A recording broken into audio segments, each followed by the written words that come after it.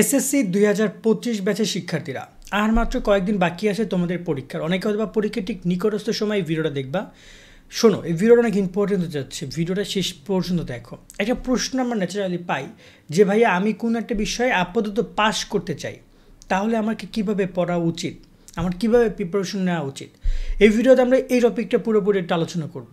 দেখো, পাস করার জন্য তোমাকে একটু হলেও ভাগ ভাগ করে প্রত্যেকটা সাবজেক্ট ভিত্তিক আলাদা আলাদা প্রিপারেশন নিতে হবে। সেক্ষেত্রে তুমি কতটুকু পড়বা, কীভাবে পড়বা, এই বিষয়গুলো নিয়ে আলোচনা করব।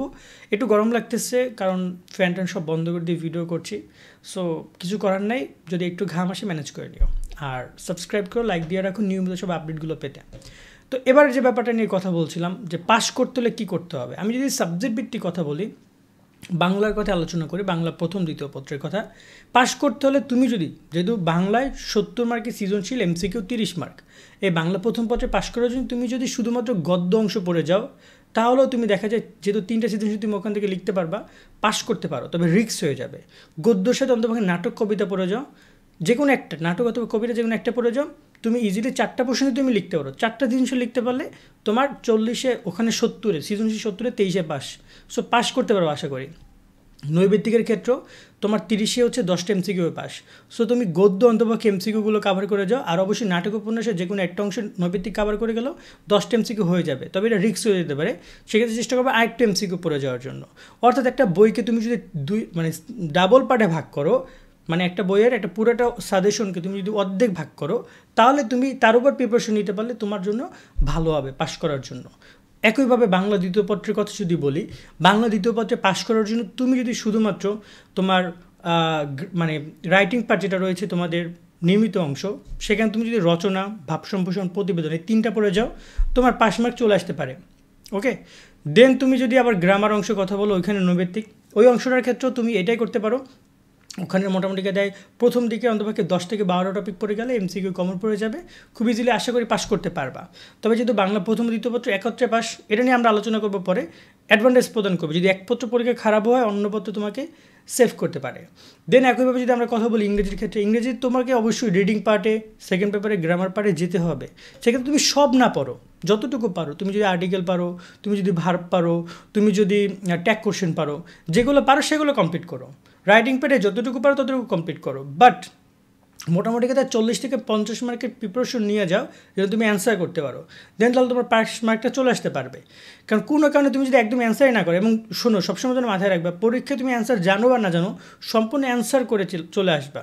100 মার্কে অ্যান্সার করবে। এখন তুমি বলতে পারো কী লিখবো, যা পারো লেখো, মানে এমন না যে বইয়ের ভাষাগুলো লেখো, ঠিক আছে? যদি কোনো সময় শিক্ষকের 1 মার্ক 2 মার্ক দেওয়ার দরকার হয়, শিক্ষক যেন সেটা আর কি তোমাকে দিতে পারে, দেওয়ার জায়গা তাকে দিবে। আর তুমি যদি না লিখে চলে আসো, 40 মার্ক কমন পড়েছে, 40 মার্ক লিখে চলে আসছো, বাকিটুকু লেখো নাই কারণ কমন পড়ে নাই, তাহলে কিন্তু ভুল করতেছো। কারণ শিক্ষকের যদি দরকার হয় যে না তুমি 33 পাইছো, 32 পাইছো, আর 1 মার্ক পাইলে তুমি পাস করবা, তখন শিক্ষক সে 1টা মার্ক ক্ষয় থেকে দিবে যদি তুমি না লেখো। আশা করি এই ব্যাপারটা তোমরা বুঝেছো। দেন যদি আমরা গণিতের কথা বলি, গণিতের ক্ষেত্রে তুমি যদি পরিসংখ্যান করে যাও, 10 মার্ক কমপ্লিট। তুমি যদি ত্রিকোণমিতি পরিমিতি করে যাও, 30 মার্ক কমপ্লিট হবে। গণিতে পাস হচ্ছে তোমার 23-এ সৃজনশীলে।